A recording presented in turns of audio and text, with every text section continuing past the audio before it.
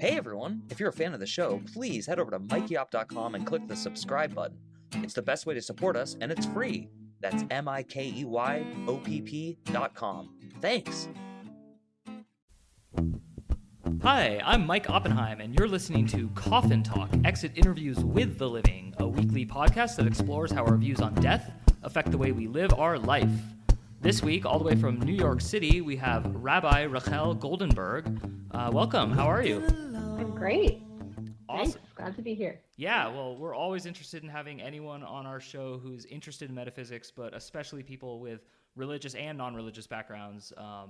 But your congregation, is that the correct word? Mm-hmm. Yeah, it's pretty unique. I visited it once with my brother who introduced us. So do you want to get into that a little bit, what you do in New York? Sure. So I'm the founder of a progressive Jewish spiritual community. That's really what we call it. The name of the community is Malkhut.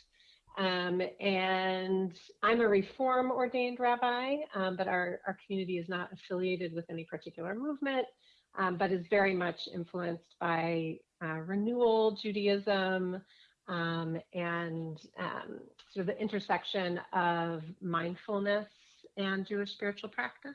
So we're in Queens, and in normal times when we're in person, we rent space all across kind of the western neighborhoods of Queens, and we get together to pray and sing and study. I can tell you more as we go. That's great though. And I think what I'd like to do is kind of get a little bit of your biography leading into how you got into that and started that. And then from there, I'll get into your actual independent beliefs. So growing up, were you raised Orthodox, conservative? How was your upbringing? So I was raised Reform, definitely a child of the Reform movement. My father is a Reform rabbi. So grew up, my dad was served a Reform congregation for about 35 years in York, Pennsylvania. Oh, awesome. Very cool. Yeah. And then did you go to like undergraduate university and everything, or? Yeah. So, I did a lot of the typical kind of Reform youth movement stuff. I was active in NIFTY. I went to Jewish camp. I went to Israel. And then, yes, I studied at Columbia here in New York for undergrad. And I studied Hebrew and Arabic.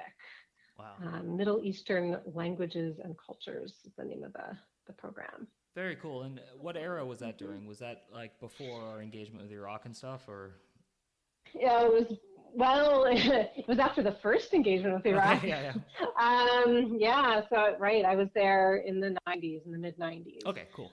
Which is an interesting time to be, it was a time of great promise and hope around peace between the Israelis and the Palestinians, and that was a big piece of why I was studying what I was studying. And then sadly, that has not gone so well. Yeah. But still, I think that's really interesting. And so, yeah, I mean, you sound like a pretty typical, in a good way, in a very positive way, like young American who's, learning about the world and culture and all that. So what drove you into a deeper involvement with Judaism from Reform into where you are now? Yeah. I mean, I wouldn't say that I wouldn't contrast being Reform with being deep into Judaism. Oh, so good point. Thank you. Be clear. Yeah. I was very deep into Judaism my entire life. It's just that my focus shifted at a certain point. So I was ordained at Hebrew Union College, Jewish Institute of Religion in New York City, which is the Reform Movement Seminary. I served Reform congregations for 13 years, first in Texas and then in Connecticut. And during that time, became frustrated by the limitations of sort of the typical model of congregational life that was sort of membership based and very much about like the building and filling the parking lot with cars for fancy programs. And there was not a lot, honestly, of focus on spiritual practice. And it was sort of like, well, the rabbi will take care of that kind of thing. And I really wanted to build community around prayer, of people who were committed to Jewish practice. to prayer, to mindfulness meditation through a Jewish lens. I studied at the Institute for Jewish Spirituality, and that really transformed my relationship to Jewish practice, introduced me to new, more kind of ecstatic and contemplative forms of prayer and music. So yeah, and I also just was looking to be in a place where I could build a community that was on the younger side. Mm-hmm. A lot of established Jewish institutions are full of wonderful baby boomers, and mm-hmm. I love them, but I wanted to be in a place where I could really feel like I was having an impact on the future more. So those were some of the reasons. That's awesome. And based on having visited only once, I definitely noticed that it was really a sense of community. What you said, I mean, I remember singing. I'm definitely a subscriber to your philosophy, and I was very impressed the one time I was there. And obviously I live in Arizona now, and I think I was living in California at the time. But my point being, one other thing I think that a lot of our listeners, they're not denominational in any one way or another, but I think it usually surprises people when they hear that a rabbi is a woman and not a man. Do you want to get into a little bit of that? I don't think it's political so much as it's just different from Christianity, but was that any different for you or difficult? I mean, it's also different streams of Christianity have different attitudes towards them in the ministry. So, but yeah, I mean, so I was born in 1975, which was 3 years after the first woman was ordained as a rabbi. Wow, cool. Sally Priesand in 1972, a Reform rabbi who is wonderful and amazing, and still alive and well and teaching, and so I didn't have a lot of role models growing up of women rabbis, but definitely women in Jewish leadership and in Jewish education. But I had my dad, and I had that life growing up, and it was clear to me that was a path I could take, right? Mm-hmm. And so, honestly, like the decision to become a rabbi was pretty easy and natural and organic for me. It just sort of unfolded very naturally, and I found wonderful female mentors and role models more in my young adulthood and in college and just after college. So, my Hillel rabbi at Columbia was a woman, Rabbi Sue Oren, and then I found a wonderful mentor in Rabbi Ella Lipman, who was the founder of Kolot Chayenu in Brooklyn, a progressive Jewish congregation that is not affiliated, that is very much an influence and an inspiration for Malkhut.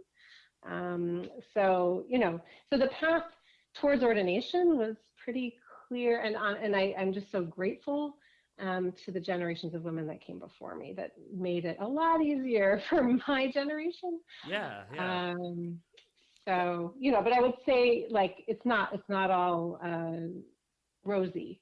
Yeah. It's not necessarily easy to be a woman rabbi in the field. You're not always, seen as an authority figure, or honestly treated respectfully. So, there definitely issues. Well, and that's kind of a good segue into one of the reasons I was excited to talk to you is that I respect, like, every guest we've had. I mean, we've had pastors, we've had one other rabbi, but what I wanted to hear from you in particular was kind of where you see religion going in the future with progressivism, because a lot of progressives, not all, but just a lot, consider religion to be archaic and like holding us back, and I don't agree, and I also understand there. So what's kind of your take on all that? Wow.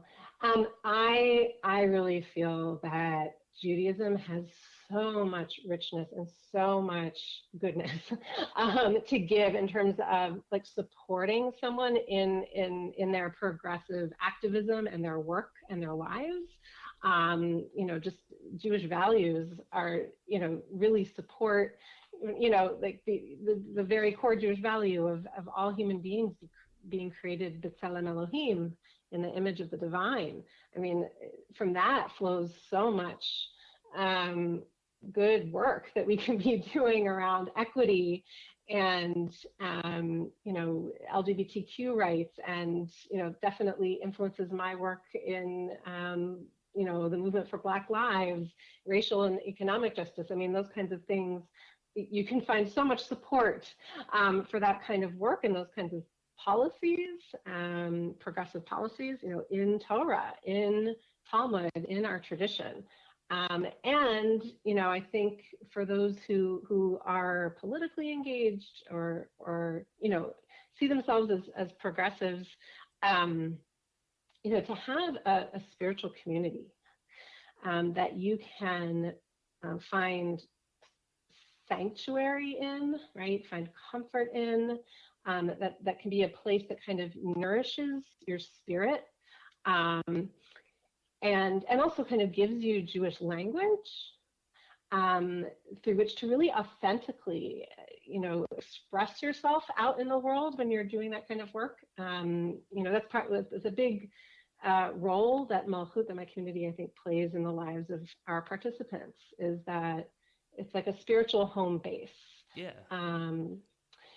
So yes, no, that's great. I think there's a lot that Judaism can say and do to support being a progressive in this world. That's a great answer and very compelling. And I hope people who hear this really think about that, because I do feel like there's something off kilter lately with society breaking down with us's and them's, and Judaism, from the way you're describing it and my understanding of it, is not an us versus them. It's like you said, all of us are created in the likeness. And so along those lines, how, first of all, I know this is like a weird kind of question to ask someone who's literally a rabbi, but does every single stated belief of Judaism also correspond with your internal belief system, or is there ever any sort of like disagreement? That's a great question. I mean, and I think actually, if once we get to like the coffin talk piece, I think this is really relevant. Okay, cool. The way that I understand Judaism, and that I think many liberal rabbis see Judaism, it's definitely like, if you've heard of Reconstructionist Judaism, this is sort of a Reconstructionist idea from Rabbi Mordechai Kaplan. So the idea of Judaism as a civilization. Mm-hmm. And so we are a civilization. We are not a list of, we're not a creed, a creedal religion, right? Where there's a list of beliefs that you have to check them all off.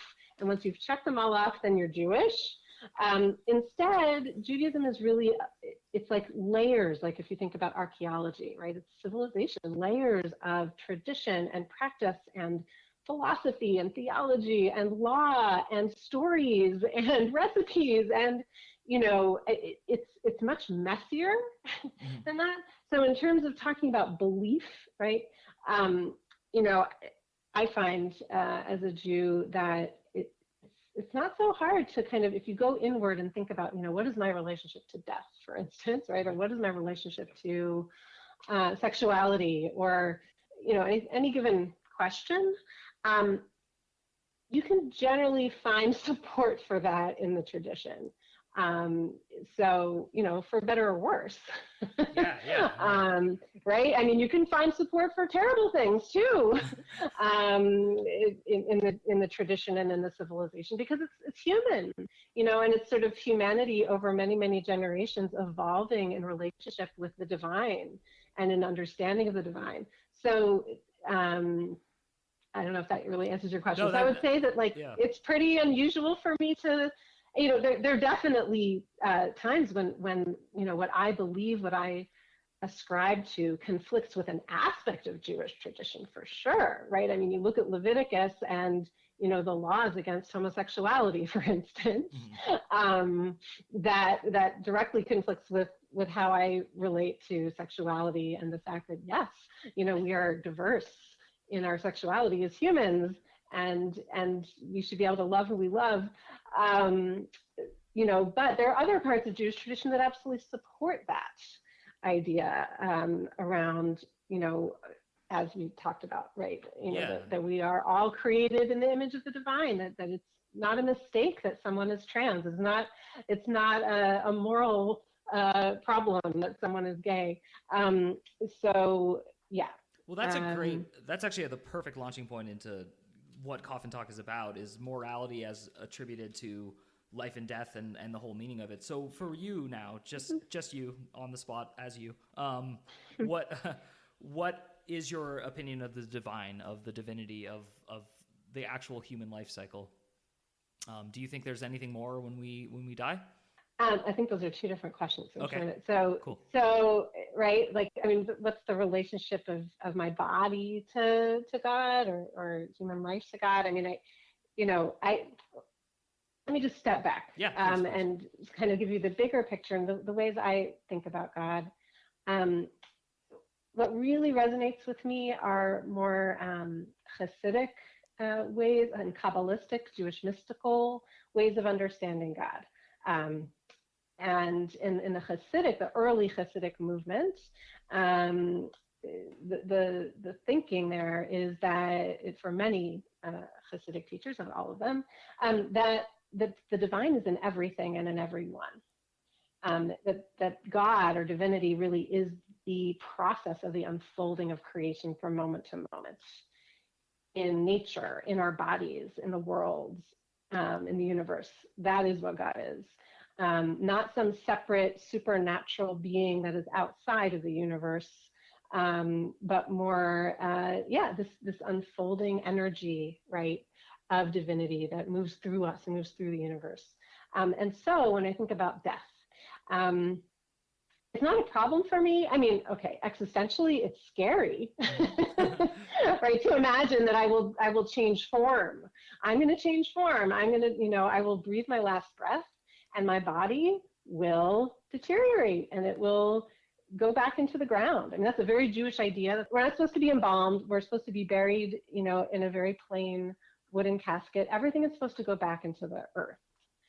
And so that's what happens to the body. But I do have a belief or a sense that like there's something to a human that is more than just the body, that divine spark that's in everyone. It doesn't die. You can say that it kind of reunites with the all of creation. It goes back to God in a sense, but God being everything that is still here. We all, like, matter doesn't disappear; it just changes form. Mm-hmm. And I think that we go back into that process, that never-ending, we hope, process of decomposition and rebirth. That is God. So then, how would you answer the following philosophical question? The perception of evil, the perception of it as like this bad thing, morally speaking and ethically speaking. If all of us are divine and the divinity is in everything and it's all a reflection of the divine, how does that equate for you on a personal level when you see acts that humanity would consider evil or call evil? Well, in Judaism, there's just one force in the universe. There's one God. There's nothing that's not God. And that, what that means is that there's no dark side or, evil kind of being and divine being, as all is within God. And so there is the potential for evil implanted in every human being, just as there's the potential for good. I mean, that's actually a very classical rabbinic idea, that we all have this Yetzer Hara and Yetzer HaTov. The word Yetzer means an inclination. That is in us. We have an inclination. We can choose to not act in alignment with what I do believe God wants, right? Mm-hmm. I think that, right, what God wants, or what divinity wants, is for this earth to be healthy, mm-hmm. right? And to be able to feed all of the living beings that walk upon it, right? But the earth still can be, obviously we've seen it, poisoned, mm-hmm. Stripped, perverted, taken advantage of, consumed. And so, it's in our hands. It's in our hands what we do. But we also have this inclination for good, right? For there's a way to kind of tap into, I think, what we might call the divine will, mm-hmm. right? The will for good, the will for unification, for non-separation, to choose not to go to war, to choose not to kill, to choose not to hate, yeah. Right? So, but it's all there, and it's all in our hands. That's how I would That's put it. incredible. And I don't think death is evil. I don't think those are the same thing. Yeah, because we were talking about death. Yeah. It's natural. It's a natural, unfolding of being. So how do you feel about in Earth terms? How do you feel about like crime and punishment then? Because I'm really tracking with you. I just want to make sure that's clear. I'm asking questions to kind of challenge you because I'm challenged by these things. So yeah. So how does that model fit in for you? Yeah. So first of all, we have our Jewish texts on that in some ways I think are very helpful in thinking about what do you do about a person who breaks the law, who doesn't make good choices, who hurts people, right? And there are, first of all, there's a process called teshuvah, right? Repentance is usually how we translate it, but really what it means is it means return, that it's sort of built into the structure of the universe that human beings are going to stray, but it's also built into the universe that there's a way back. There's beautiful. A way back. I love that. Right? Into alignment. And, if you were to look at the Torah, there's all sorts of things that I don't agree with in there about punishment. I mean, we do have the death penalty. We have laws of an eye for an eye, a tooth for a tooth. But then we also have this concept of teshuvah that really the larger idea is that, there are ways for us to help people come back into alignment. And I would say, when you talk about punishment, I mean, these days I'm thinking about mass incarceration and the way, in America and the ways in which our society is so violent and punitive. I do believe in consequences. I do believe that there needs to be truth telling and reconciliation and reparation. There needs to be repair and healing, and people who do wrong need to do that work. Yeah. And we need to be kept safe, obviously, as a community. But just to be kind of turning always towards punitive responses to those who do wrong, I don't think is healthy. I don't think it makes for a more loving, compassionate world. A more loving, compassionate world, I think, would help somebody, would see someone who does wrong as someone who's hurt themselves, right? And would help them heal from whatever that is. So I think it's a long answer to your question. These are great. You're doing very great. Juicy for me. Yeah, no, and I know, it'll be in the bio we post, but you're married and you have children, so it's also extra compelling for me when someone has children, because these questions come up internally too in the family unit. Like your child doesn't follow your rule. It's not a Torah rule, non-Torah rule, doesn't matter, and all that. And so I'm not going to get particular with your family, but I'm more curious, have you been tested before you went to Columbia, at Columbia, in Israel, at any of these points? Have you ever been tested personally where you did feel a pull to be less than good? Not evil, just less than good. Oh, of course. I mean, aren't we all? Yeah. Sure. I'm not sure if I can come up with a specific example. No, I don't need a specific. Podcast. Was Judaism the answer though, or was it internally spiritual? Like, what is it in you? What life force do you attribute to the fact? And that's why I brought up the family first, is that you are, doing this great community work. You are progressive. You do walk the walk. So my question related to that is, in regards to you walk the walk, is when you were tested, was it an internal mechanism, do you think, or was it external, like Judaism? Like what carries you to the better decision in those moments? That's a beautiful question. I love that.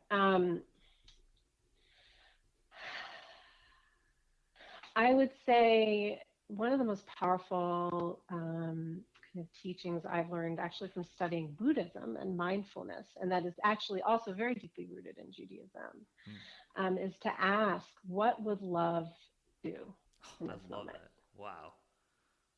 Wow. Right? What would love do? How would love respond to this moment right now? And if it's the choice to put drugs in my body, say, or smoke, or something that's destructive to my body, right? What would love do? First of all, it wouldn't judge me It wouldn't cut off the hand that's trying to, I don't know, poison my body, right? But love would, I don't know, kind of surround me with support, um, and guide me and help me make my way towards a healthier decision. It would invite me to kind of contemplate, how do I want to be with my body? How do I want to use this tool of myself in this world?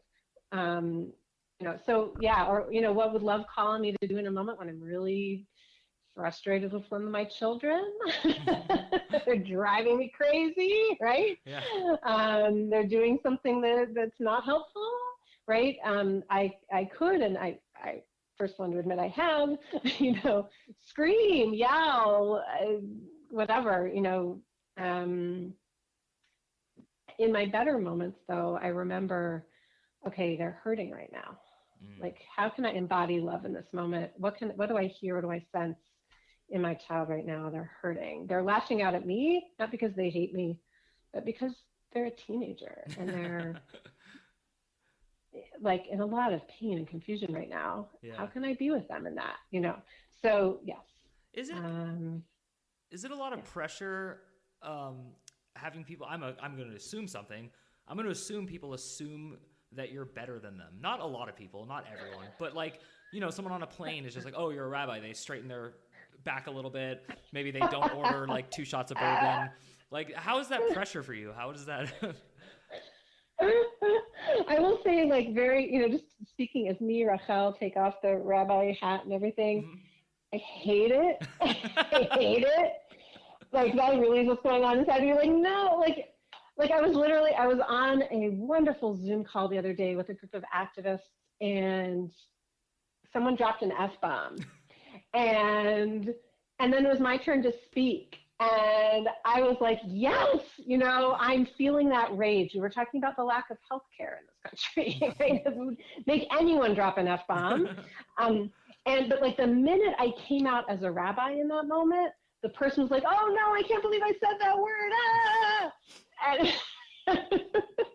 And so, yeah, it can be very hard for people to like let go of the baggage they have around the title, the clerical titles. Yeah.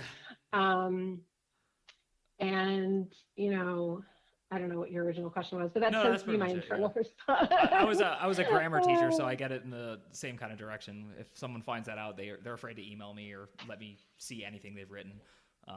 But I mean, I will say to people, like, I will sometimes meet a Jewish person on the street or at a party or a picnic or something, and they find out, and I'm just there as a person, I'm not there as a rabbi, I'm hanging out socially, they'll find out I'm a rabbi, and they'll feel obligated to say, oh God, I haven't been to synagogue. And my response is, I am not a walking signpost meant to make you feel guilty. Like, that is not what I'm here to do. And I often do say that in meetings with folks. Like, I have to say it. I think it does help. Like, I am not judging you. Please understand.